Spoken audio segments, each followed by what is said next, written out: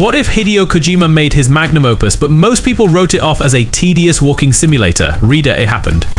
Death Stranding is my personal game of the decade, an astounding mishmash of everything to appear in a Kojima game, earnest critiques of capitalism and the pain points of democracy, eerie premonitions of global pandemics, and a gig economy forced to carry society on its shoulders, and enough mummy issues to justify a lifetime of therapy. Plus, the game itself is fun.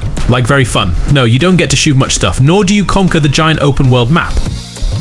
But you do make the world a little more manageable for you and other players, slowly building bridges, roads, and ladders that will inevitably be destroyed by nature.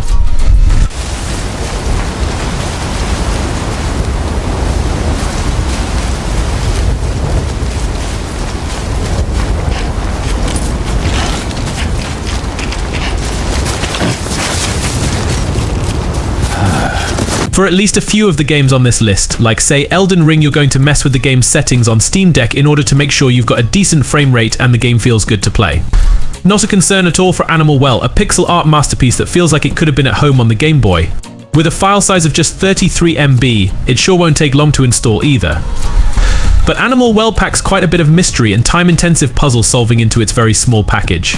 What starts off as a compelling Metroidvania soon spirals into an extensive Easter egg hunt with items hidden behind delightfully esoteric clues. You may as well play on the go, since it's going to take over your brain for a while and you're carrying that around with you already.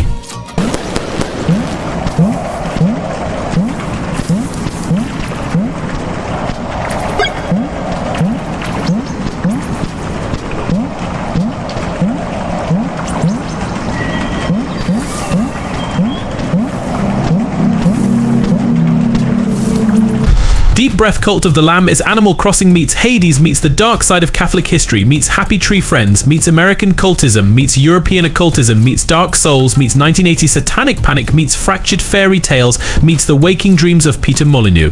Cult of the Lamb is like a stew.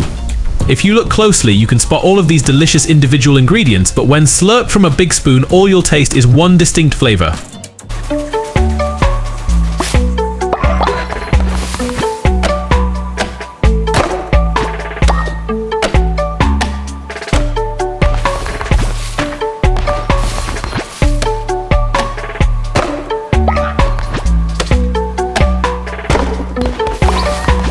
There are few mobile gaming experiences as serene and enthralling as Dave the Diver. Dave dives not just to collect fish and cooking materials for the sushi restaurant he staffs every night, but to uncover ancient secrets. Regardless of your objective, navigating the deep feels like a blend between Animal Crossing and a roguelike, where you're amassing better tools to uncover what and who is lurking in the depths. Dave the Diver is a family-friendly game.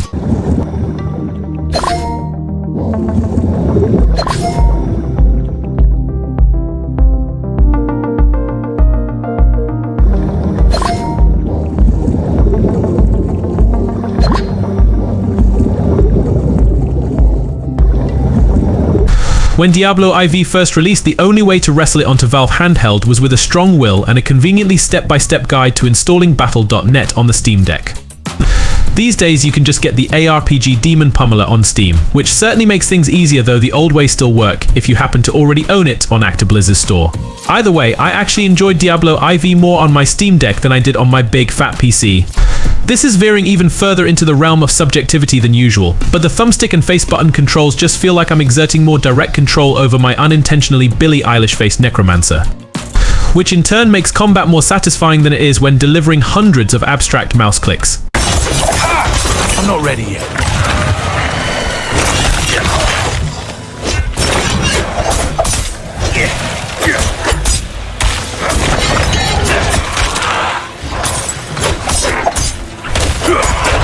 I'm not ready yet.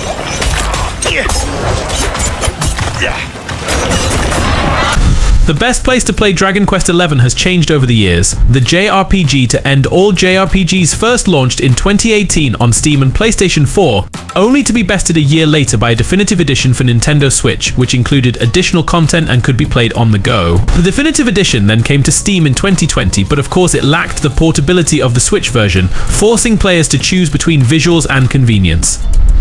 With the Steam Deck, folks can now have it both ways.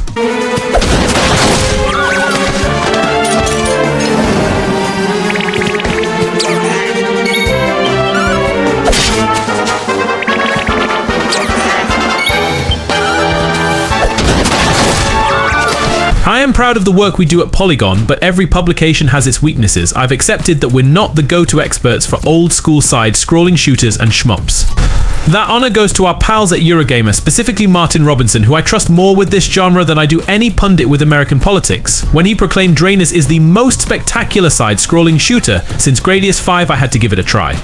Is it the best? I said I'm not an expert, but I can say with confidence it's been a blast on Steam Deck, a delicious digestive after hours in a modern open-world game, and an unusually accommodating entry point for a notoriously impenetrable genre.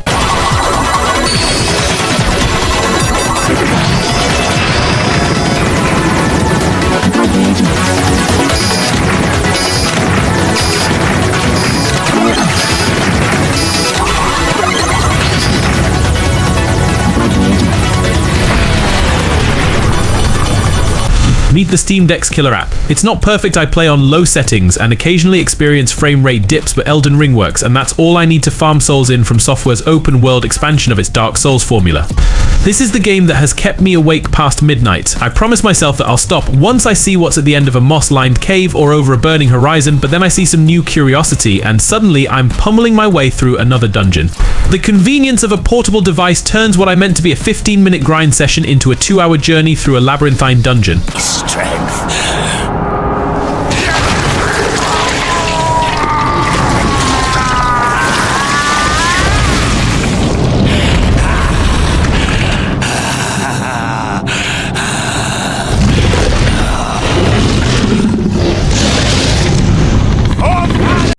My love for the Star Fox series has evaporated with each new entry, to the point that I began to wonder if I ever really enjoyed those games or if I just liked chunky 90s 3D graphics. Heck, Zodiac's creators have done what Nintendo couldn't for the past couple of decades: bottle the original magic of the spaceflight franchise and add just enough tweaks to make the adventure palatable for our collective evolved tastes. Hey, video games have come a long way since the SNES. Developer MNKY also created bonus levels inspired by other retro classics like Space Harrier, emphasizing its knack for refueling once exciting genres that have spent way too long collecting dust in the garage.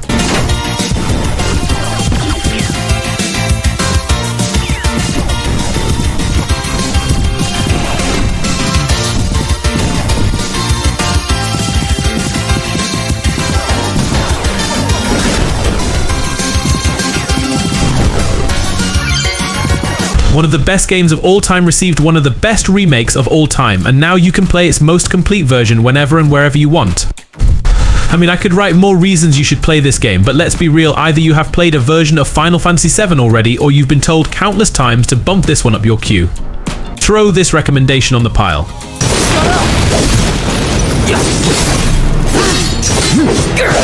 No holding back. Gotcha.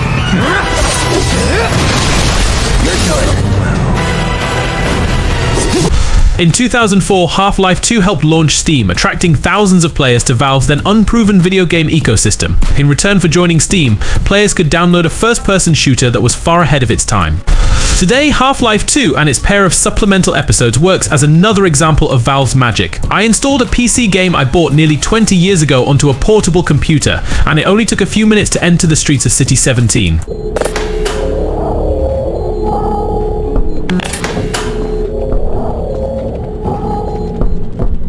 Dr. Breen. He's the administrator of this whole vile... Hi-Fi Rush is the kind of game that plays better on gamepad controls than a mouse and keyboard, so it always had the chance of being a great Steam Deck game. That chance becomes a certainty with its easygoing performance, allowing medium quality to run at a nearly constant 60 FPS and high quality to rock and roll along at 45 FPS or more. I'd happily recommend Tango Gameworks' surprise rhythm action hack and slash platformer hybrid. Regardless of what you play it on, it's a funny and satisfying brawler with some creative boss fights. And its final act kicks off with one of the single best combat encounters I've played in an action game. That it's more or less a perfect match for the Steam Deck thus makes me one very happy wannabe rockstar indeed.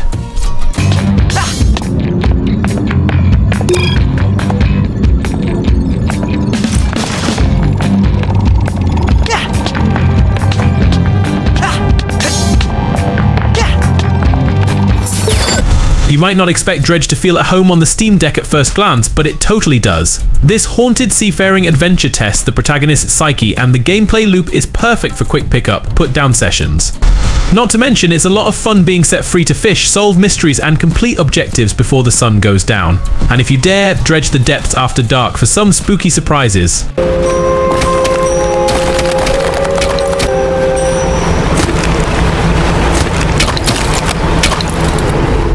Last weekend, on a whim, I booted up Hyperlight Drifter on my Steam Deck for the first time since playing it back in 2016. 9 hours later, I finally managed to wrest myself from the siren-like call of its pixelated tableaus, blistering combat, and melancholic score, having completed it again and earned the game's secret ending. Such is the magnetic appeal and power of Heart Machine's debut even 8 years after its release. Game director Alex Preston and co. set out to create a 16-bit action RPG that channeled the very best elements of the Legend of Zelda and Diablo series, with a story not so much told as it is felt through its dialogue, less cutscenes that play out as if they were fugue-like visions of some doomed alternate universe.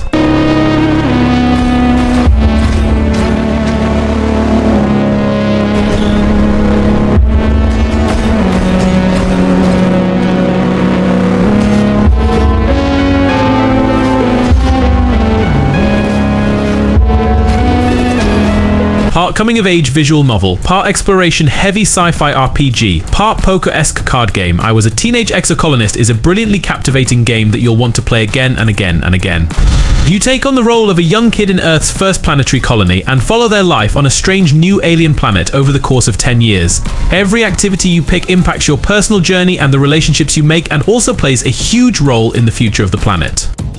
Dant has been my go-to chill-out game of choice this year, and I can't imagine playing it on anything other than the Steam Deck. The post-apocalyptic fantasy climbing game from French developer Don't Nod Life is strange, has a lot going for it, a mysterious and compelling world with beautiful art design, a moving orchestral music score, and tight controls that are easy to learn and gratifying to master. It's that last point that makes the Steam Deck my preferred platform of choice to play Dant. The satisfying sound and haptic feedback of the deck's left and right triggers makes the challenge of climbing the cliff faces of the game's impossibly vast and looming tower as painless and pleasing as possible.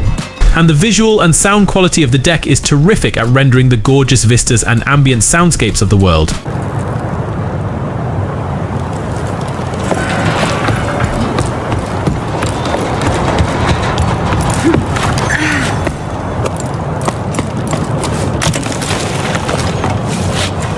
Bestest best badge where Marvel's Midnight Suns loses none of its charm on the Steam Deck. Firaxis card-based superhero RPG leans heavily on the magical side of its source material, while distinguishing itself from most spandex and quip adventures by encouraging you to chat with and befriend your team of soups. It's a game of relationship building as much as it is of kicking goons through air conditioners. There's some performance inconsistency on the deck, particularly when nosing around your home base hideout, but on default settings it can easily hit 60 FPS during combat. The slickly designed UI doesn't need any special control scheme customizations. Either I liked using the touchscreen to thumb through cards myself.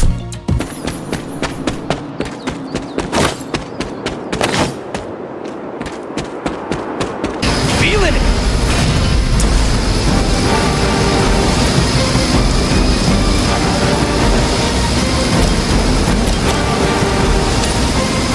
What better PC game to play on a handheld than one originally developed for a handheld? Monster Hunter Rise began life as a Nintendo Switch exclusive before a respectable PC port made it playable on Windows and thus the Steam Deck as well. In places, particularly UI navigation, it often feels more natural to use the deck's more Switch-like controls than a keyboard, and the so-so visuals are a lot easier to forgive on a 7-inch screen than on a 27-in 1400p desktop monitor.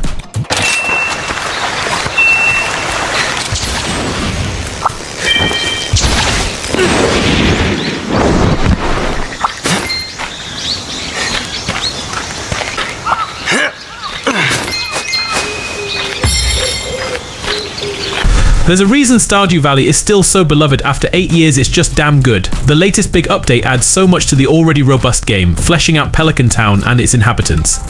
It's not just farming, but mining, fishing, foraging, and getting to know all the townspeople and possibly marrying them. Rebuild your little community and get really invested in perfecting your farm's layout. Or travel to the deepest, darkest levels of the mines. Or just spend a lot of time fishing. There's just so much to do in Stardew Valley. It's clear to see why this game revitalized the farming sim genre and why every farming sim these days wants to be just like it.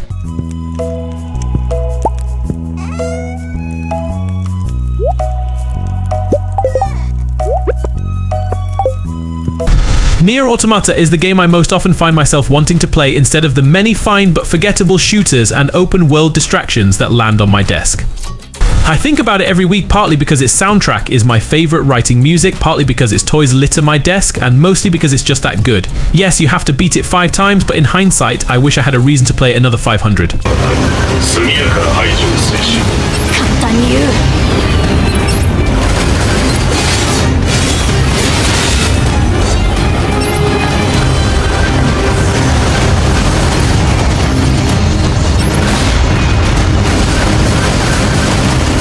While Paranormal Sight is available for Switch and iOS, it looks and plays best and is often the most affordable on Steam Deck, whether you're using it in handheld mode or if it's docked to your TV.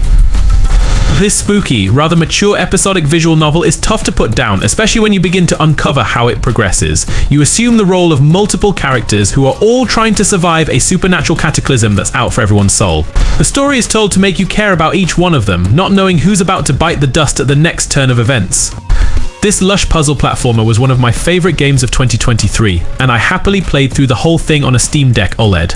Planet of Lana catches the eye with some splendidly colourful Studio Ghibli-inspired visuals, and will keep your attention with its keenly paced adventuring, all without taxing the deck's hardware much, nor requiring more than a few of its basic inputs. What made its puzzle design click for me, long after I'd bounced off similar side-scrollers like Inside and Limbo, is the addition of Lana's adorable monkey cat buddy. Ima muy.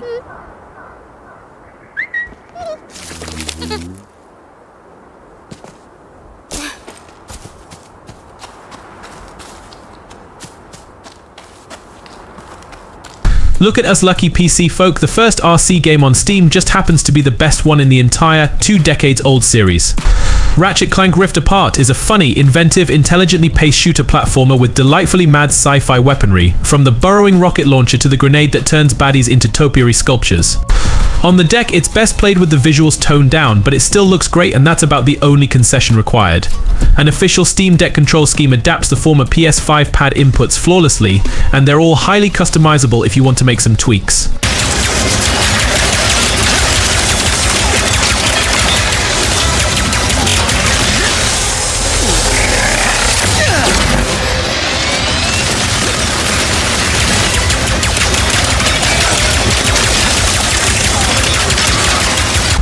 In 2009, Volition created an open-world terrorism simulator set on Mars. With a hammer and construction-grade explosives, a bold space bro destroys landmarks, government office complexes, and mining facilities piece by piece.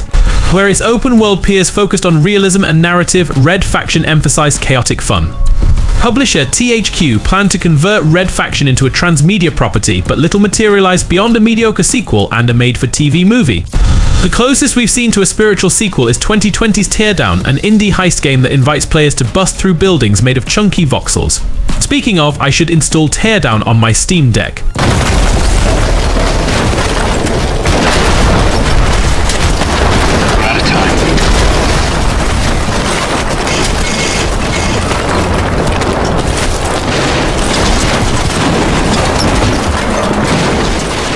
Spelunky HD kept my PlayStation Vita within arm's reach long after Sony gave up on the cult handheld. Last year, developer Mossmouth ported Spelunky and its sequel to the Nintendo Switch, and I finally moved my Vita into its long-term home in my storage bin of gaming artifacts. I won't say the Steam Deck is a better home for Spelunky than the Switch, just that it's another portable home, and any portable that can play Spelunky should play Spelunky.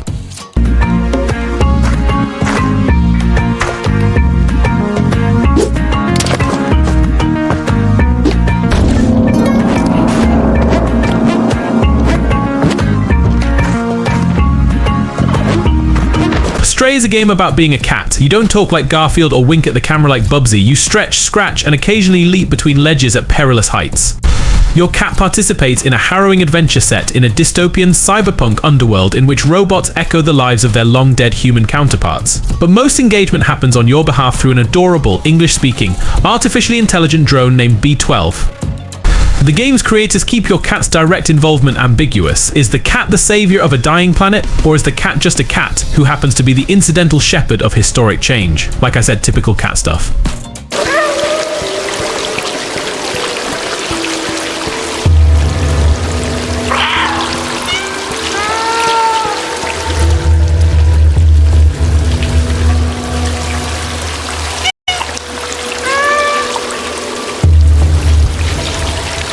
So you've dropped $500 on a portable video game machine capable of powering the most complex and expensive 3D video games on the planet. Now prepare to burn dozens of hours on a $2.992 D dungeon crawler that nearly plays itself. Vampire Survivors is the unholy union of clickers, roguelikes, and gauntlet. Runs take 10 to 30 minutes and pair well with an audiobook or podcast. The developers have discovered the formula for a perfect portable game, but for the time being you can't find this one on Switch or smartphones.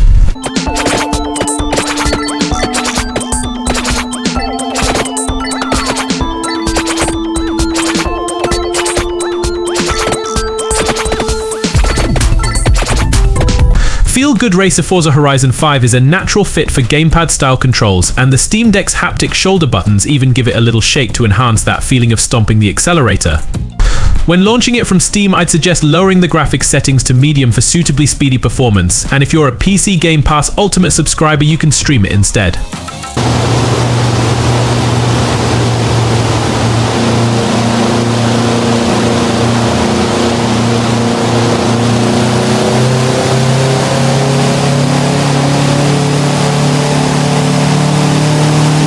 Wavetail runs as smoothly on the Steam Deck as your character does on water. An emotive platformer at its core, the greatest joy in Wavetail is catching a ride on your movement, mimicking mer-person friend to zip across the rolling ocean.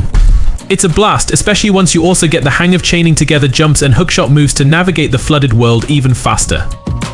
Originally launched for the ill-fated Stadia before finding sanctuary on PC, Wavetail incidentally benefits from the Stadia controller inputs effectively matching the decks, so it feels like it was meant to be here all along. Performance is good too, not quite a solid 60 FPS, but consistently about 47-50 FPS.